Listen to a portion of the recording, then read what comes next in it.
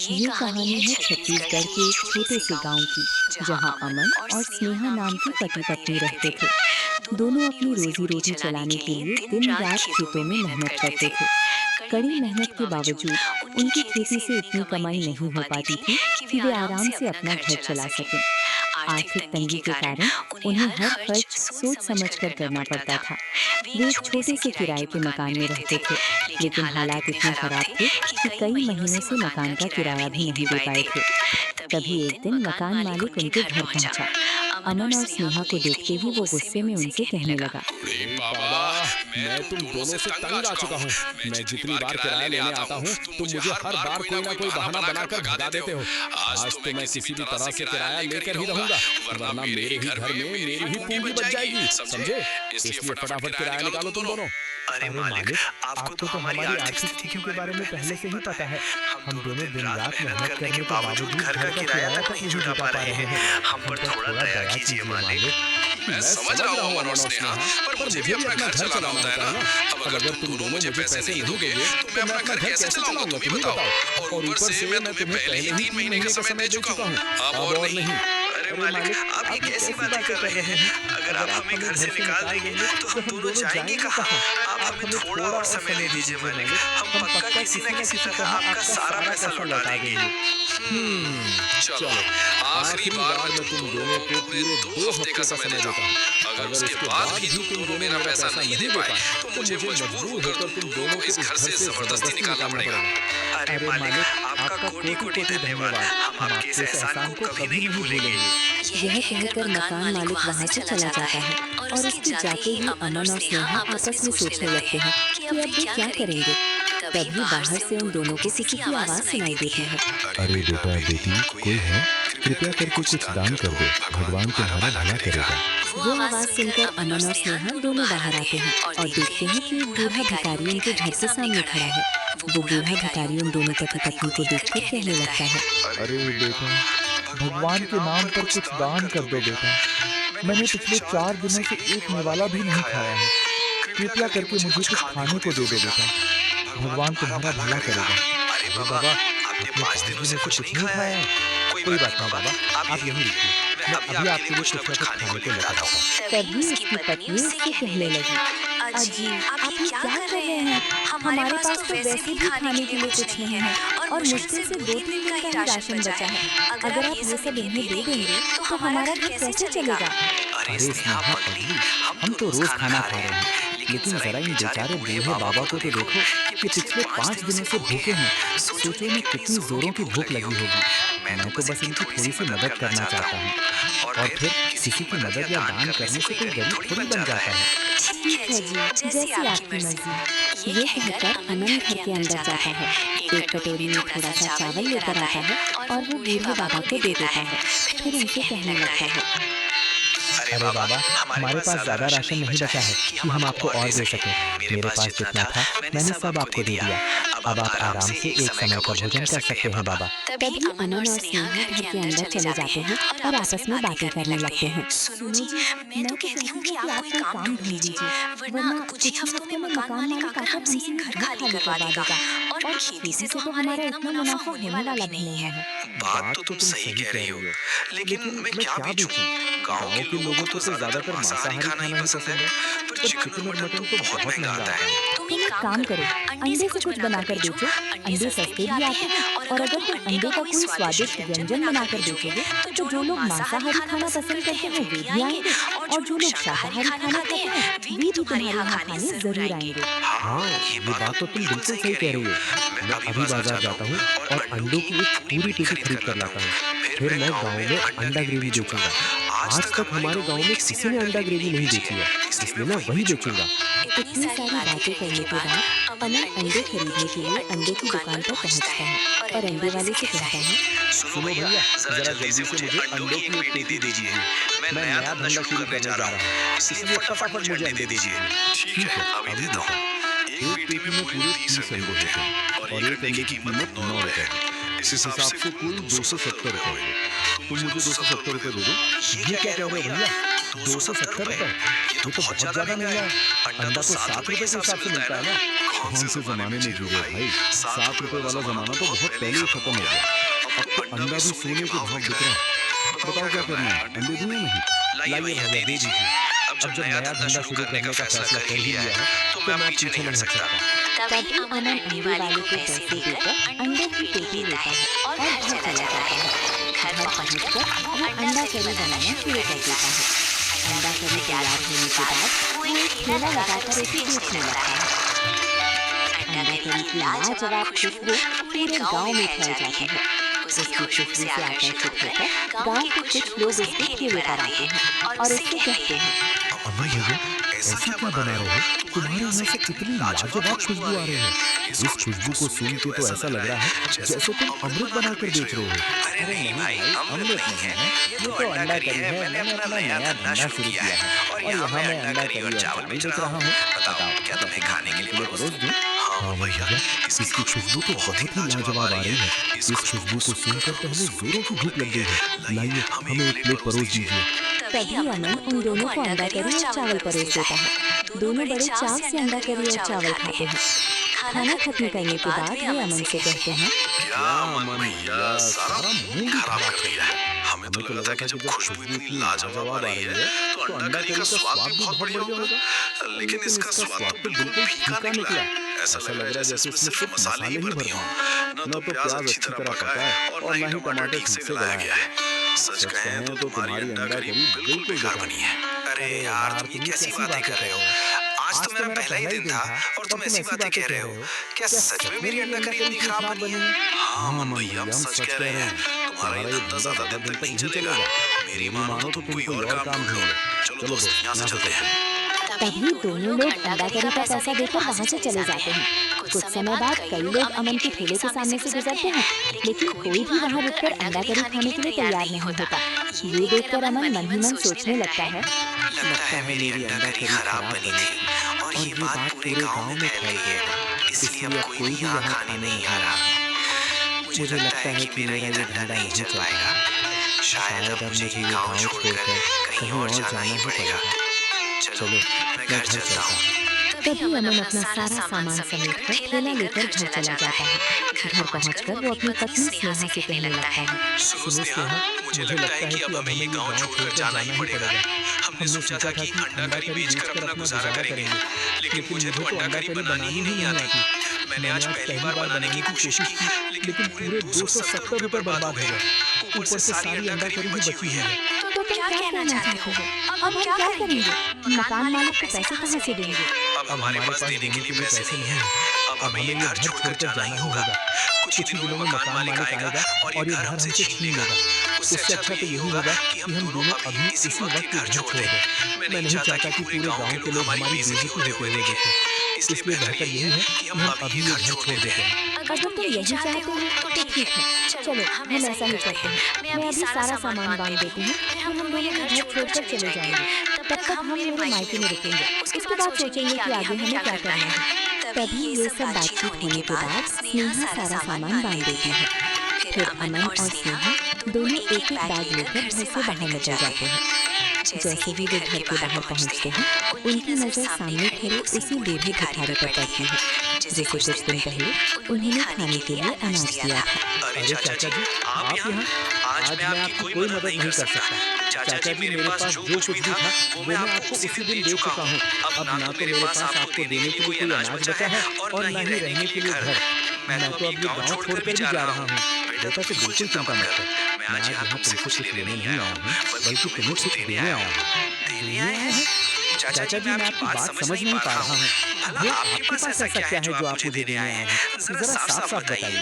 बेटा, तुम्हारा दिल बहुत बड़ा और नेक है।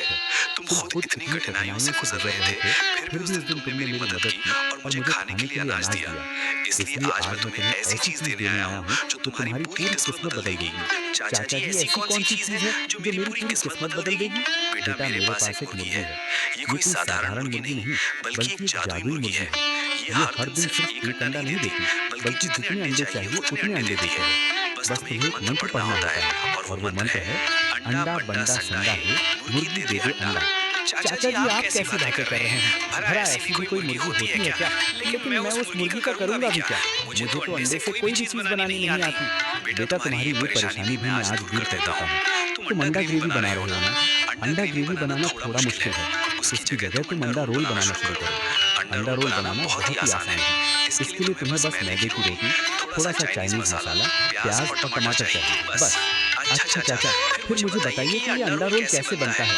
अब चाचा जी इसे सारी प्रक्रिया बताने लगते हैं कि कैसे कैसे अंडा रोल बनाया जाता है और अमन सारी बात एकदम विस्तार से सुनता है। अच्छा चाचा, तो ये इतना आसान है? वाह, ठीक है चाचा। मुझे समझ नहीं आ रहा कि मैं आपको शुक्रिया कैसे अदा करूं। आपने मेरी इतनी बड़ी मदद की है। आपका कोटि कोटि धन्यवाद बाबा। अरे बेटा, तुमने मेरे मुश्किल समय में मेरा साथ दिया था, तो तुम्हारी मदद करना मेरा भी फर्ज था। ठीक है बेटा, अब मेरे जाने का समय हो गया। ये कहकर वो बाबा देखते ही देखते वहाँ से गायब हो जाते हैं। ये देखकर अमन और स्नेहा हैरान रह जाते हैं। फिर दोनों खुशी खुशी अपने घर लौट आते हैं। घर पहुँचने के बाद अमन स्नेहा से कहने लगता है, देखा स्नेहा, हमारे अच्छे दिल और नेक काम का हमें कितना बड़ा तोहफा मिला है। मैं हमेशा यही कहता हूँ कि हमें हर जरूरतमंद की मदद करनी चाहिए। ज्यादा नहीं तो जितनी हो सके उतनी ही सही। इससे हमें लोगों की दुआएं मिलती हैं और वही दुआएं एक दिन हमारी जिंदगी बदल देती हैं। हाँ जी, आप बिल्कुल सही कह रहे हैं। आज से हमें जितने भी जरूरतमंद लोग मिलेंगे, हम उन्हें मुफ्त में खाना खिलाएंगे। हाँ स्नेहा, तुम बिल्कुल सही कह रही हो। जब हमारे पास जरूरत से ज्यादा हो तो हमें उसे दूसरों के साथ बांट देना चाहिए। ठीक है जी, अब सो जाते हैं। कल से हमारी नई जिंदगी की एक नई शुरुआत होगी। अगली सुबह अमन उस जादुई मुर्गी से अंडे लेकर अपने ढाबे पर अंडा रोल बनाना शुरू कर देता है। अंडा रोल तैयार होने के बाद वो जोर शोर से आवाज लगाते हुए कहने लगता है, आओ भाई आओ, अंडा रोल खाओ, गर्मा गर्म रोल का मजा उठाओ। मसालों का तड़का, स्वाद है कमाल। अमन के अंडा रोल पूरे गांव में धमाल। उसकी आवाज सुनकर वहाँ दो आदमी आ जाते हैं। अमन को देखकर वे उससे कहने लगते हैं, अरे अमन भैया, आप और भाभी तो कल तक अंडा करी बेच रहे थे, लेकिन आज ये क्या नई चीज बेच रहे हैं जिसे आप लोग अंडा रोल कह रहे हैं? अरे भाई, अंडा रोल मतलब अंडे से बनने वाला एक स्वादिष्ट रोल। इसमें पहले अंडे का ऑमलेट बनाया जाता है, फिर उसके ऊपर सेंकी हुई मैदे की रोटी रखी जाती है। इसके बाद इसमें प्याज, टमाटर, पत्ता गोभी, मेयोनीज और केचप डालकर इसे रोल की तरह लपेट दिया जाता है। ये शहरों में बहुत ही मशहूर और स्वादिष्ट व्यंजन है। अच्छा, तो ये बात है। ये तो बहुत अच्छी बात है कि आप जैसे मेहनती लोग गांव में भी ऐसी नई चीज लेकर आ रहे हैं। वैसे अमन भैया, आपके अंडा रोल से तो बहुत ही लाजवाब खुशबू आ रही है। अब तो हम अपने आप को बिल्कुल भी नहीं रोक पा रहे हैं। जल्दी से हमें एक एक अंडा रोल दे दीजिए अमन भैया। हाँ, क्यों नहीं, आप दोनों के लिए स्पेशल अंडा रोल अभी लेकर आता हूँ। ये कहकर अमन उन दोनों को एक अंडा रोल दे देता है। दोनों बड़े मजे से अंडा रोल खाने लगते हैं। अंडा रोल खत्म करने के बाद उनमें से एक आगे बढ़कर कहने लगता है, अरे वाह अमन भैया, क्या लाजवाब अंडा रोल बनाया आपने। मैंने अपनी जिंदगी में पहली बार इतना स्वादिष्ट अंडा रोल खाया है। वाह वाह वाह अमन भैया, वाह, आपने तो कमाल कर दिया। ओहो, मजा ही आ गया। ये सुनकर मुझे बहुत अच्छा लगा कि आप दोनों को मेरे हाथ का अंडा रोल इतना पसंद आया। और हाँ भैया, गाँव वालों को भी हमारे अंडा रोल के बारे में बताना मत भूलिएगा। हाँ हाँ बिल्कुल भैया, अब तो पूरे गांव को आपके लाजवाब अंडा रोल के बारे में जरूर बताएंगे। ये कहकर वे दोनों वहाँ से चले जाते हैं। थोड़ी ही देर में उनके बताए अनुसार अमन के ढाबे पर लोगों की लंबी भीड़ लग जाती है। भीड़ कम होने का नाम ही नहीं ले रही थी। देखते ही देखते अमन के सारे अंडा रोल बिक जाते हैं। ये देखकर अमन और स्नेहा बहुत खुश हो जाते हैं और दोनों आपस में बातें करने लगते हैं। अरे स्नेहा, कमाल हो गया, उस बूढ़े बाबा की सलाह सचमुच काम कर गई। देखो, हमारा ढाबा चल रहा है। हाँ जी, आप बिल्कुल सही कह रहे हैं। ये सचमुच भगवान की ही कृपा है। उनकी कृपा से ही आज हमारे ऊपर इतनी बड़ी खुशियाँ बरसी हैं। कहकर दोनों खुशी के घर चले जाते हैं। अगले दिन सुबह होते ही अमन और स्नेहा फिर से अपना ढाबा खोल देते हैं। इस बार उनके यहाँ पहले से भी ज्यादा भीड़ उमड़ पड़ती है। देखते ही देखते उनके सारे अंडा रोल बिक जाते हैं। इसी तरह देखते देखते 2 से 3 हफ्ते बीत जाते हैं। अब दोनों की अच्छी खासी कमाई होने लगती है और वे मकान मालिक को सारा पैसा भी चुका देते हैं। इसके बाद दोनों खुशी अपना जीवन बिताने लगते हैं। उनके ढाबे से थोड़ी ही दूरी पर पिंगू नाम का एक आदमी मटन चावल का ढाबा चलाता था। पिंगू स्वभाव से बहुत घमंडी और लालची था। अमन और स्नेहा के अंडा रोल की बढ़ती लोकप्रियता के कारण अब उसके ढाबे पर कोई ग्राहक नहीं आ रहा था, जिससे उसे लगातार घाटा होने लगा। ये देखकर पिंगू गुस्से में कहने लगा, अरे इस मियां बीवी ने तो मेरा जीना हराम कर दिया। इनके अंडा रोल की वजह से मेरा ढाबा बिल्कुल ठप पड़ गया। अगर मैंने जल्दी कुछ नहीं किया तो मेरी ही दुकान बंद हो जाएगी। अरे बाप रे।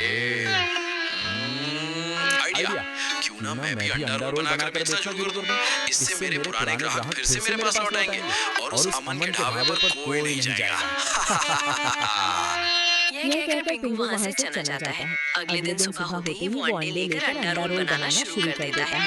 अंडा रोल तैयार होने के बाद वो जोर जोर से आवाज लगाते हुए कहने लगता है, आओ भाई आओ, गर्मा गर्म अंडा रोल खाओ, सबसे टेस्टी सबसे लाजवाब रोल का मजा उठाओ। पिंगू वाला अंडा रोल सबसे निराला, एक बार खाओ बार बार आओ, यही हमारा नारा। उसकी आवाज सुनकर उसके ढाबे पर एक आदमी आ जाता है। पिंगू को देखकर वो उसे कहने लगता है, अरे पिंगू भैया, ये आप किस लाइन में आ गए? कल तक तो आप मटन चावल बेचा करते थे, लेकिन आज तो अंडा रोल बेचने लगे हैं। क्या बात है पिंगू भैया, आखिर ऐसा क्या हो गया? अबे ओए, तू मुझसे सवाल करेगा? मेरा नाम पिंगू है। ज्यादा होशियारी दिखाई तो तेरी पूंगी बजा दूंगा, समझा? अभी मेरे धंधे का समय है, खाना है तो बता, वरना चुपचाप यहाँ से फुर हो जा। अबे तुम बंदर क्या जानो अदरक का स्वाद, तुम लोगों को अच्छी चीज की कदर ही नहीं है। चल आज तूने मेरे खाने की बहुत बुराई कर ली, अब चुपचाप यहाँ से निकल जा, वरना आज तुझे दौड़ा दौड़ा कर मारूंगा, समझा? ये सुनकर वो आदमी वहाँ से भाग जाता है। देखते ही देखते शाम हो जाती है, लेकिन पूरे दिन पिंगू के ढाबे पर एक भी ग्राहक नहीं आता। इसी तरह करते करते एक हफ्ता बीत जाता है, फिर भी उसके ढाबे पर कोई नहीं आता। वहीं दूसरी ओर अमन और स्नेहा के अंडा रोल के ढाबे पर हर समय ग्राहकों की भीड़ लगी रहती है। ये सब देखकर पिंगू पूरी तरह परेशान हो जाता है और अपने आप से कहने लगता है, अरे मेरे साथ ये क्या हो रहा है?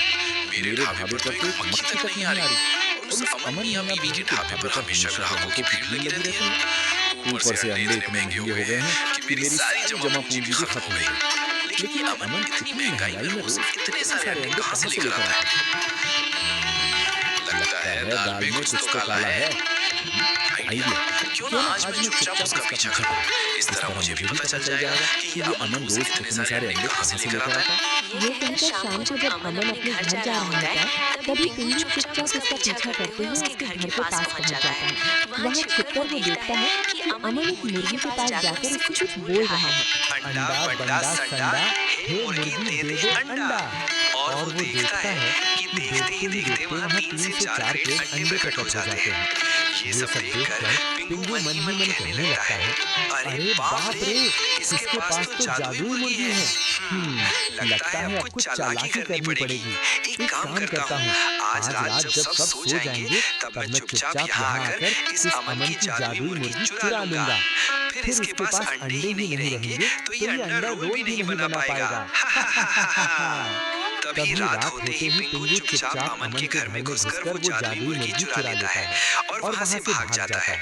अगली सुबह जब अमन और स्नेहा उठते हैं तो उन्हें जादुई मुर्गी कहीं दिखाई नहीं देती। मुर्गी के गायब होने पर दोनों घबरा जाते हैं और आपस में बात करने लगते हैं। अरे स्नेहा, सुबह से मैंने पूरा घर छान मारा, लेकिन हमारी जादुई मुर्गी कहीं नहीं मिली। लगता है किसी ने हमारी जादुई मुर्गी चुरा ली है स्नेहा। हाँ जी, मुझे भी यही लगता है, लेकिन कोई बात नहीं, हमारे पास कुछ पैसे तो बचे हुए हैं, उन्हीं से अंडे खरीदकर हम फिर से अंडा रोल बनाकर बेचना शुरू करेंगे। और वैसे भी अब हमारे पास इसके अलावा कोई दूसरा रास्ता नहीं है। हाँ स्नेहा, तुम बिल्कुल सही कह रही हो। हम बेवजह परेशान होकर कुछ नहीं कर सकते। ठीक है, चलो अब चलते हैं। वहीं दूसरी तरफ पिंगू अपने घर में उस जादुई मुर्गी को देखकर मन ही मन सोचने लगता है, अरे इस जादुई मुर्गी के पेट में तो अनगिनत अंडे होंगे। एक काम करता हूँ, इसका पेट ही चीर देता हूँ। इससे मुझे ना कोई मंत्र बोलना पड़ेगा और ना ही ज्यादा मेहनत करनी पड़ेगी। हाँ, यही सही रहेगा। ये कहकर पिंगू उस जादुई मुर्गी का पेट चीर देता है, लेकिन उसके अंदर से कुछ भी नहीं निकलता। तभी अचानक चारों ओर एक रहस्यमय आवाज गूंजने लगती है। मूर्ख प्राणी, तूने लालच की सारी हदें पार कर दी हैं। तूने किसी और की मेहनत और नेक कर्म का फल चुराने की कोशिश की है। इसलिए मैं तुझे श्राप देता हूँ कि आज के बाद तू जो भी धंधा करेगा उसमें तुझे हमेशा घाटा ही होगा। देखते ही देखते तेरी सारी दौलत खत्म हो जाएगी और एक दिन तू सड़क पर आ जाएगा। हा हा हा हा। ये कहकर वो जादुई आवाज गायब हो जाती है। ये सब देखकर पिंगू घबरा जाता है और मन ही मन कहने लगता है, अरे ये मैंने क्या कर दिया? मुझसे बहुत बड़ा पाप हो गया। अब मैं क्या करूं? ऊपर से भगवान ने मुझे श्राप भी दे दिया। अब मेरा क्या होगा? हे प्रभु, हे जगन्नाथ, कृपा निधि, मुझे क्षमा कर दीजिए। मैं ऐसी गलती दोबारा कभी नहीं करूंगा। इस तरह पिंगू को अपने किए पर बहुत पछताना पड़ा और उसे अपनी गलती का एहसास हो गया। दूसरी ओर जादुई मुर्गी अपने आप वापस अमन और स्नेहा के पास लौट आते हैं। अपनी प्यारी मुर्गी को वापस देखकर दोनों बहुत खुश हो जाते हैं और फिर से खुशी खुशी अपना अंडा रोल का ढाबा चलाने लगते हैं।